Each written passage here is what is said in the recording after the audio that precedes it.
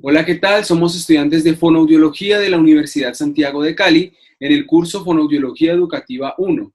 Nos corresponde para este trabajo el libro llamado Dificultades del lenguaje en ambientes educativos y nuestro grupo se conforma por Daniela Rivera, Kelly Londoño y quien les habla, Emanuel Cruz. Los autores de este libro son Víctor Acosta Rodríguez y Ana Moreno Santana, los dos profesores de Fonoaudiología. Este libro corresponde a la editorial Masón, se compone de 9 capítulos y fue publicado en el año 1999. En el prefacio, este libro nos establece las diferentes incógnitas en cuanto a la necesidad de un fonoaudiólogo en el ámbito educativo, en lo que tiene que ver con la intervención y evaluación del lenguaje. Este libro también nos expone lo difícil que es entender el proceso de cognición humano relacionado con el lenguaje. El capítulo 1 se denomina el lenguaje como método de estudio y se compone de los siguientes ítems. En la introducción nos establecen que el lenguaje es lo que nos permite establecer relaciones, es congruente con el desarrollo cognitivo y es la principal herramienta de acceso porque es la necesidad dentro del terreno educativo para suplir las diferentes demandas curriculares para cada etapa educativa.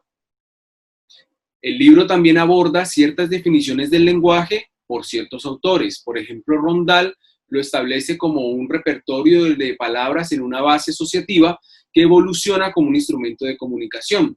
Owens, a su vez, establece que es un código compartido socialmente por medio de unos conceptos y símbolos arbitrarios.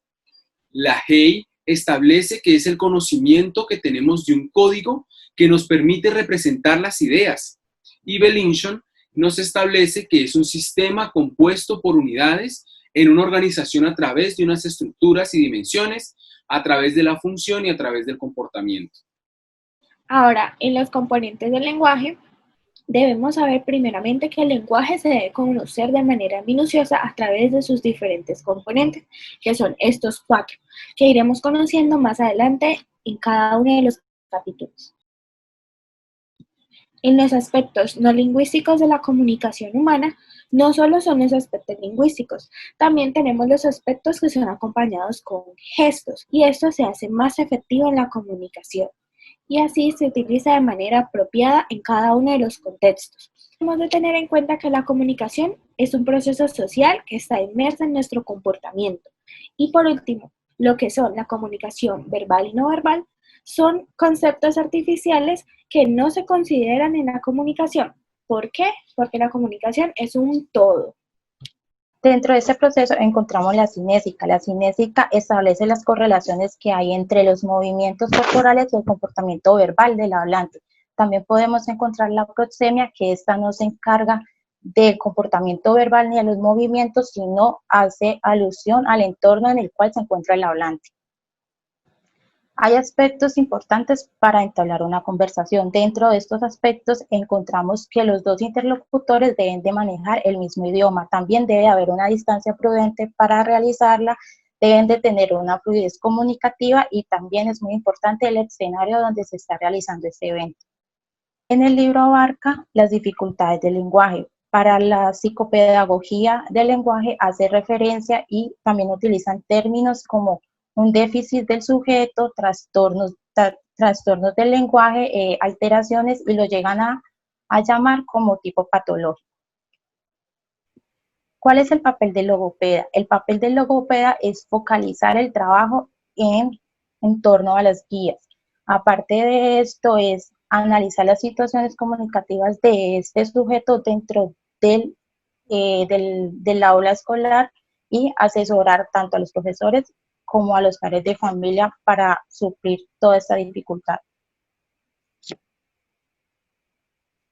La estrategia que abarca este libro es que se debe de crear un currículo de acuerdo a la necesidad del individuo, se debe trabajar también en forma complementaria con otras disciplinas y realizar una intervención y una evaluación adecuada del lenguaje. En el capítulo 2 vamos a abordar las teorías explicativas sobre la adquisición y el desarrollo del lenguaje. Sabemos que la lingüística es una corriente que se encarga del estudio del lenguaje y uno de sus mayores exponentes fue Bonfield. quien definió que el estudio de la lengua debe de estar acompañado de la descripción y correlación con los demás objetos de su alrededor. El conductismo fue una corriente de esta disciplina, la cual hace referencia a que el comportamiento es regido por la conducta del individuo. Uno de los mayores exponentes de este enfoque fue Skinner. Skinner en 1957 en su obra expuso una crítica sobre la psicología del lenguaje, en lo cual él no estaba de acuerdo, ya que ésta no presentaba un tratamiento causal y funcional. Skinner decía que el lenguaje no es independiente del funcionamiento comportamental del individuo. La siguiente corriente que aborda el libro es el ignatismo, con su mayor exponente Noam Chomsky, quien se opone rotundamente al conductismo a través de su corriente psicolingüística generativa. Es así como establece tres teorías. La primera, la teoría lingüística, donde pone a la sintaxis como el único componente generativo y que es a través de unas oraciones transformadas por unas reglas que se puede dar. En la teoría estándar, plantea la estructura profunda y superficial de cualquier lengua, también la competencia lingüística, y debe de recurrir a la realidad psicológica para explicar el desarrollo de la estructura profunda en el niño. En la teoría de principios y parámetros, plantea la gramática generativa transformacional, que es el aforismo, y plantea la competencia lingüística entre una constante interacción entre lo innato y la experiencia. Según Chomsky, define la competencia lingüística como ese conocimiento implícito que posee todo sujeto de su propia lengua, que le permite comprender y producir frases de acuerdo a la forma de su lengua, es decir, a su idioma. Pero depende específicamente de la creatividad del niño y de la carga genética que lo va a predisponer a que sea sensible o no a un estímulo lingüístico. Seguidamente, el cognitivismo de Jean Piaget complementa el ignatismo porque establece que todo es una construcción individual y que hay un dominio paulatino lingüístico, pero se centra más que todo en describir el funcionamiento cognitivo infantil. Como Piaget se centró en describir el funcionamiento cognitivo infantil, fue Sinclair en 1927 quien relaciona el desarrollo de las estructuras cognitivas con el lenguaje desde una perspectiva piagetiana, estableciendo que es la función mental de la permanencia del objeto que permite la aparición del lenguaje, a través de una interacción entre la competencia lingüística y la competencia cognitiva por medio de una creatividad y unas reglas mediada por la semántica y la sintaxis. El autor establece que el ignatismo es diferente al cognitivismo, aunque se complementen. El ignatismo responde más a una teoría lingüística y el cognitivismo va a responder entonces a una teoría psicológica. El ignatismo dice que el niño aprende a hablar gracias a la actuación lingüística y es cuando él pone en acción a la competencia lingüística.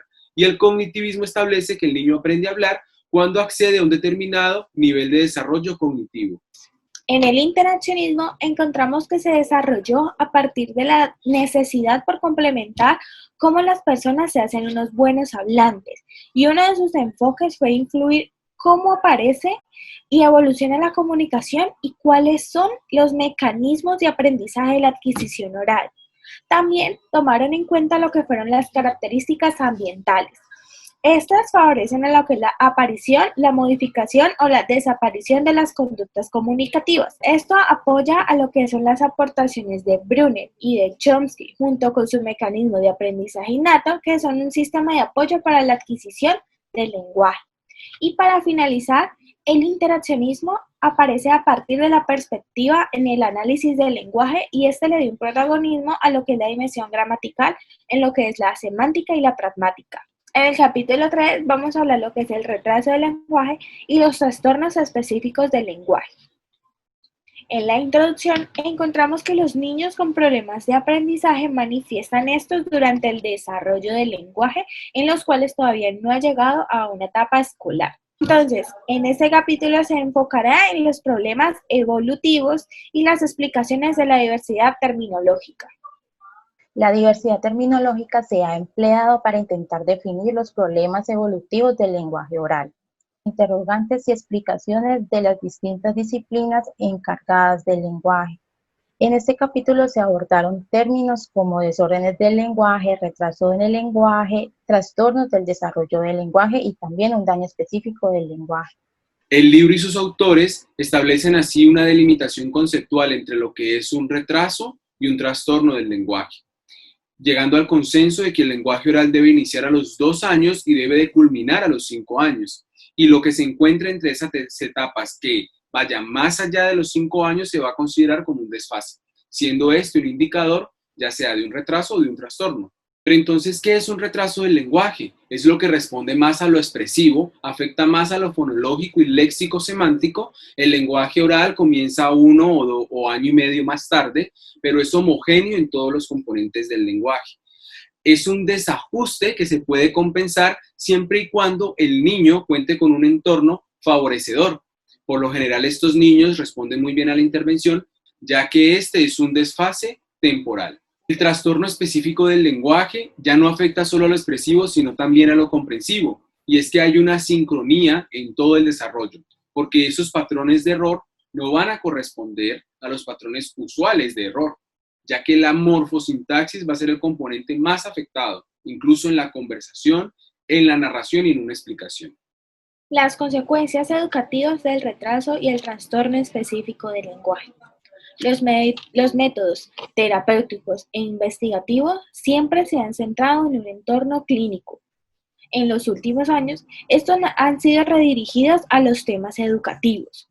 Por lo tanto, los problemas específicos del lenguaje están concentrados en un énfasis oral, preescolar y de lo que sucede en el hogar. Presentan ligeras dificultades en etapas posteriores, pues hay problemas de aprendizaje, de comprensión o de expresión del lenguaje. Es muy importante saber cuál es la interacción entre los profesores y los niños, debido a que esta interacción es diferente a la que el niño tiene en otros contextos, debido a que el profesor es un regulador. Por lo tanto, se deben cambiar esas interacciones para que el niño tenga la escuela como un compensador en las dificultades del lenguaje y puedan enriquecer su lingüística. En el capítulo 4 hablaremos de las opciones de intervención en el lenguaje en ambientes educativos.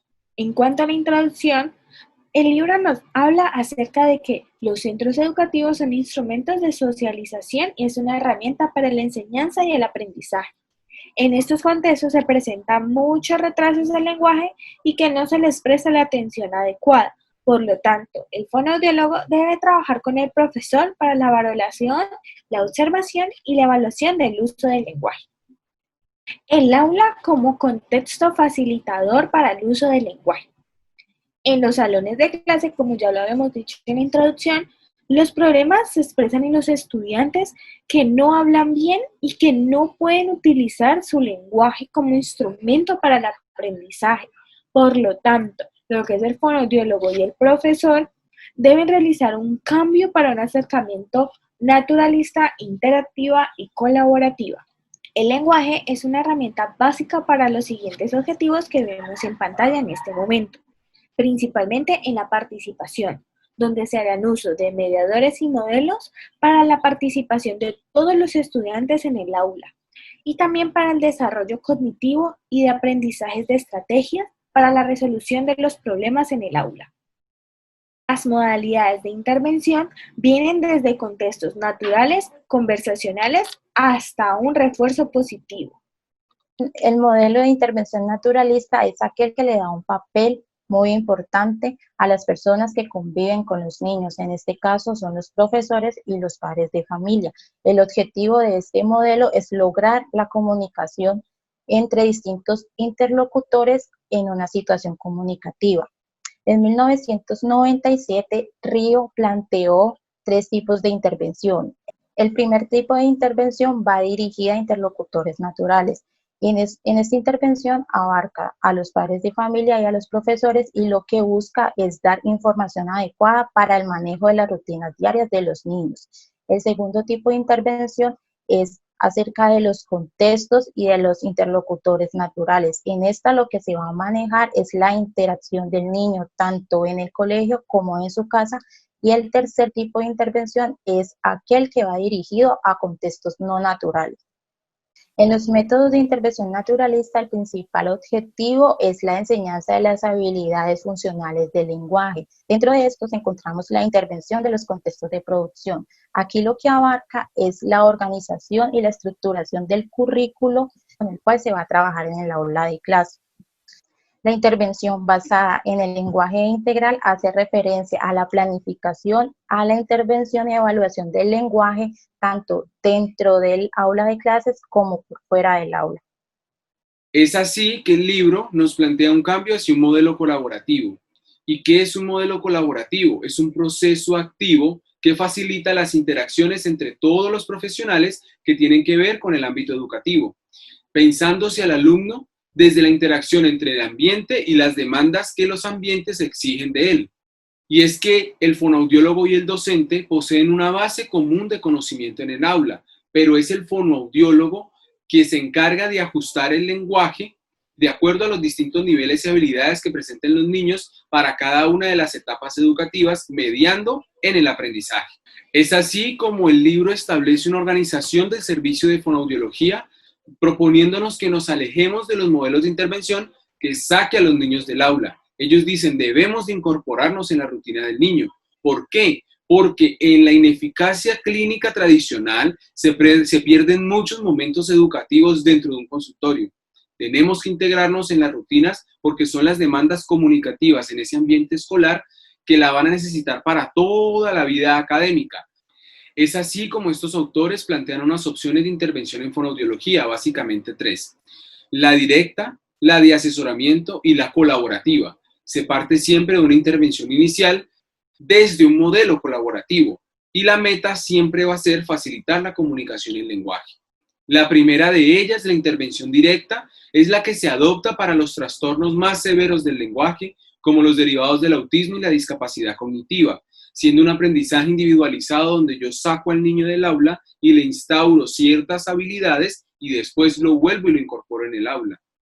La intervención mediante el asesoramiento se conecta con la intervención directa, ya que a medida que yo hago la intervención directa voy a complementar con el asesoramiento y las recomendaciones a los diferentes profesionales que tengan que ver con ese niño, con esa dificultad del lenguaje. Finalmente, la intervención colaborativa es el trabajo en equipo de todas las profesiones para darle solución a una situación específica dentro del aula, donde nosotros como fonoaudiólogos lo que hacemos es observar, apoyar, coenseñar, formar a los formadores, o sea, a los docentes, ser formadores de los padres y, lo más importante, proporcionar guías pedagógicas tanto en la escuela como en la familia. Algunas de las señales que justifican la intervención y una valoración en el lenguaje es, por ejemplo, encontrar un niño en un aula de clase que no preste atención o que su atención sea de pocos segundos, la utilización reiterativa del que su discurso no sea fluido o que no tenga una intención comunicativa, ya que en muchas ocasiones hay maestros que no identifican a tiempo estas señales. Los aspectos que se deben de modificar mediante una intervención colaborativa es que, primero que todo, no se debe fundamentar o centrar en la dificultad del niño, ya que lo que se quiere es analizar las intervenciones de los contextos y de la conducta que dificulta la intención comunicativa. Dentro de estas tenemos unas técnicas que encontramos la demanda socioeconómica y también los estilos de facilitación. El sistema de facilitación indirectos es donde el adulto facilita la participación de este individuo en un acto comunicativo sin interrumpir su iniciativa. De estos estilos encontramos lo que es la modificación y el ajuste del habla, las preguntas, las clarificaciones, la contingencia semántica y la respuesta falsa. Dentro del sistema de facilitación directos encontramos que es el adulto que se sienta a corregir y a observar la conducta del niño mediante la utilización de moldeamientos, de corrección explícita, de inducción y de modelados. En el capítulo número 5 vamos a hablar de lo que es el proceso de la colaboración con la familia. En el capítulo número 5 nos hablan acerca de que la familia y el colegio no presentan una interacción adecuada, por lo que la interacción entre estas complica el trabajo en conjunto para la planeación de los objetivos que ya vimos en un capítulo anterior. La colaboración con la familia debe ser desde una aproximación interactiva. Es primordial que en el proceso de interacción se dé entre el niño y el papá.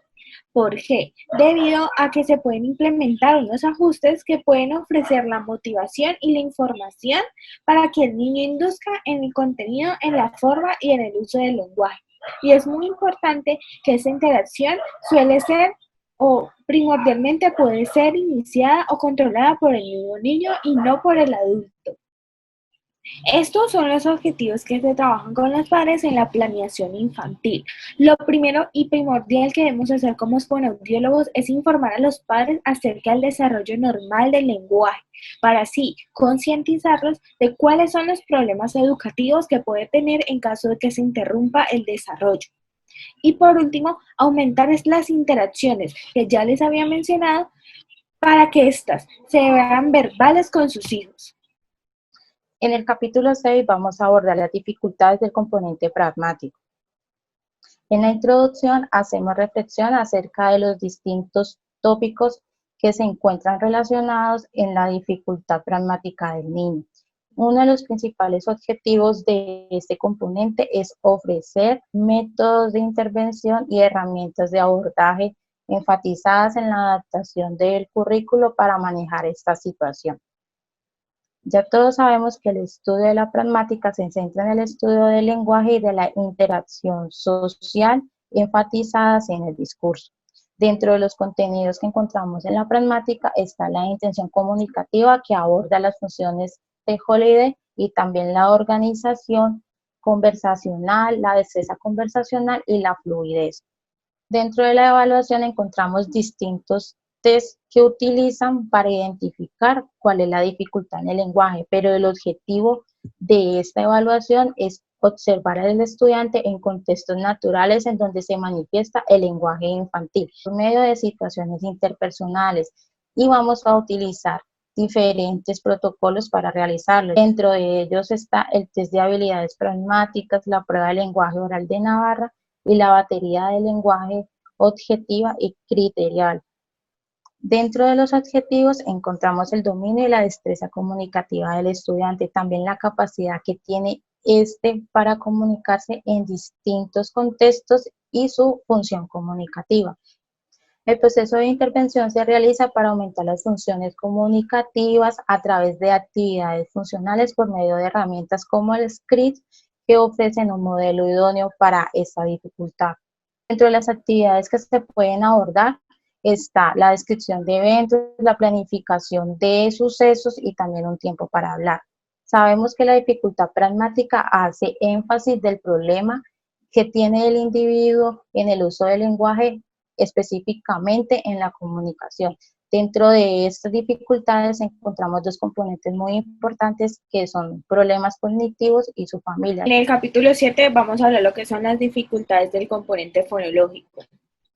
En la introducción encontramos que las dificultades, principalmente en el componente fonológico, son articulatorias y las de orden fonológico, y estas incluyen las habilidades perceptivas y motoras, como los factores cognitivos y lingüísticos, que son los responsables de la construcción del sistema fonológico infantil. La fonología es la que se ocupa de los sonidos de la expresión lingüística, es decir, estos son los sonidos desde un punto de vista funcional y abstractos que son de un lenguaje determinado. Y la fonética es el estudio del material sonoro. Esta es la que recoge información sobre el material sonoro bruto y le da propiedades fisiológicas y físicas. Y la clasificación de los fonemas en el español se hacen a partir del punto articulatorio, que son estos que vemos en pantalla en este momento. Los fonemas son los grupos de sonidos empleados para expresar el significado mediante una organización, y estas se clasifican en lo que son las variantes combinatorias y las variantes libres. La sílaba es el esquema donde se construye el agrupamiento de los fonemas, y esta se hace más evidente en el discurso, dándole sentido a lo que estamos diciendo. Y las reglas fonológicas se hacen a partir de lo que es un nivel fonético y un nivel fonológico. El desarrollo fonológico empieza desde el nacimiento con sonidos básicos. A los 4 años, la mayoría de estos sonidos se representan en formas de palabras simples. y aproximadamente se termina entre los 6 y los 7 años y se refuerzan en edades escolares. Es muy importante que en el desarrollo fonológico se presentan simplificaciones del habla que hace el niño para imitar el lenguaje adulto. Ahora vamos a hablar de lo que son las dificultades fonológicas. Y es que los niños con problemas en el lenguaje es normal que existan los problemas en el habla y que esto puede afectar lo que es el procesamiento y la representación fonológica en el habla. Entonces, ¿qué hacemos como fonos? Hacemos una evaluación fonológica, que es para analizar en profundidad el conocimiento del niño del sistema fonológico y cómo está llevando su proceso de adquisición. Por lo tanto, siempre debemos tener 3 cosas básicas para poder hacer esta evaluación, que es que evaluar. Yo evalúo desde un punto fonológico y un punto fonético. ¿Para qué? Esto es para detectar y analizar todas las presencias de dificultades en el proceso de adquisición, como a partir de la imitación, la denominación y de las muestras espontáneas de habla. En la imitación podemos hacer uso de listas de palabras constituidas con diferentes fonemas de la lengua. La intervención fonológica se hace desde posicionamientos lingüísticos y metalingüísticos. Ahora, como fonos, ¿dónde debemos empezar? Debemos empezar por los procesos de adquisición del habla que más se compliquen y que nos presenten dificultades en el proceso de aprendizaje. Por lo tanto, estos son los que más se trabajan. Después de que trabajemos esto, vamos a trabajar con los que son los opcionales o los que aparecen de manera ocasional. En caso tal de que ninguno de estos dos funcione, los vamos a hacer desde procesamientos característicos de edades más tempranas. Estos son los objetivos que debemos trabajar como fonoaudiólogos. El principal de ellos es eliminar los errores que nos presenten dificultades en el aprendizaje y la adquisición de los sonidos en diferentes tipos de palabras y en sílabas. Y ya como específicos tenemos la reducción de la variabilidad o de varios sonidos. En las opciones de intervención tenemos distintas formas de hacerlo, en sesiones individuales de 15 minutos o en sesiones colectivas de 45 minutos. Las sesiones colectivas se pueden hacer de entre 3 y 5 personas y depende de la gravedad del problema. Asimismo, será su frecuencia. Y en el formato de actividades podemos hacer diferentes, pero que estén en función de las características que tenemos que trabajar. La imitación y la denominación es una de las actividades que podemos realizar. Se pueden imitar sonidos, palabras o canciones preferentes del niño o del grupo que se está trabajando. Y en la conciencia fonológica, con el fin de que manipule la estructura de la frase jugando con las palabras, las sílabas y los sonidos. El capítulo 8 se denomina dificultades en el componente semántico. En la introducción nos establece que la adquisición y desarrollo y también las dificultades en el componente semántico van a depender de los otros componentes, ya que la semántica hace parte de la lingüística más íntimamente relacionada con la psicolingüística porque influye en el desarrollo de la competencia comunicativa y la competencia lingüística. Es así como la semántica se entiende como la parte de la lingüística que se ocupa del estudio de los significados y de los diferentes signos lingüísticos de una lengua. Además, permite estudiar las diferentes combinaciones en todos los niveles de organización, como la palabra, el discurso, la frase, etc. Es así como desde la semántica estructural se estudia el significado literal relacionado con la morfosintaxis y la semántica funcionalista estudia el significado intuitivo relacionado con la pragmática. La adquisición de este componente va a ser muy relativo. De esta forma, Celdrán en el 98 plantea unos contenidos para la semántica. Lo más importante de estos contenidos son la codificación, que es expresar, y la decodificación, que va a ser entender.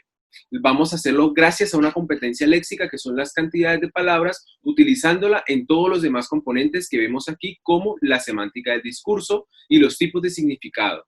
El desarrollo semántico entonces va a ser de una forma muy progresiva. En la etapa preléxica, el niño va a comenzar a hacer asociaciones de los objetos que ve en su entorno. En la etapa léxica, el niño va a aumentar su vocabulario y va a aparecer la nominación de objetos, como el fenómeno semántico de sobreextensión y sobrerestricción del lenguaje. En la etapa semántica, el niño va a hacer relaciones semánticas y jerarquizaciones. Es así como el autor aborda la dificultad semántica cuando el niño no logra comprender y expresar adecuadamente el contenido de su lengua, afectándose las palabras del vocabulario y la organización de su discurso a grandes rasgos. Es así como los autores establecen que las principales características de estos niños van a ser un discurso entrecortado, muchas pausas y dependiendo de la severidad va a haber ecolalia, es decir, va a repetir el lenguaje del interlocutor, neologismos o palabras inventadas y van a haber ausencia de palabras funcionales como los conectores, como también aumento de gestos o sustituciones. La evaluación de este componente se va a centrar en identificar las competencias y dificultades en la expresión y en la comprensión del contenido de la lengua, a un nivel cualitativo y cuantitativo. Cualitativo se centra más en lo observacional, en lo que yo pueda ver, y lo cuantitativo se va a centrar entonces en aspectos que se puedan medir por medio de una escala numérica de acuerdo a un test que yo aplique en una edad. Los objetivos siempre van a ser analizar, examinar y determinar esas cualidades y dificultades semánticas. La intervención se va a centrar entonces hacia dotar al niño en todas esas herramientas conceptuales que le van a permitir darle contenido a la expresión y comprensión de su lengua, siendo entonces darle términos propios de la lengua, darle descripciones, darle conceptos y su significado, implicando siempre a los padres de familia y lo más importante, no trabajando las palabras aisladamente porque el lenguaje es un fenómeno en conjunto.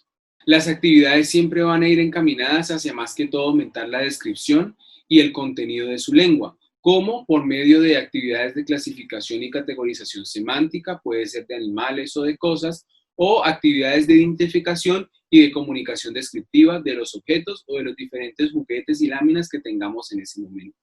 Ahora en el capítulo 9 vamos a abordar las dificultades en el componente morfosintáctico.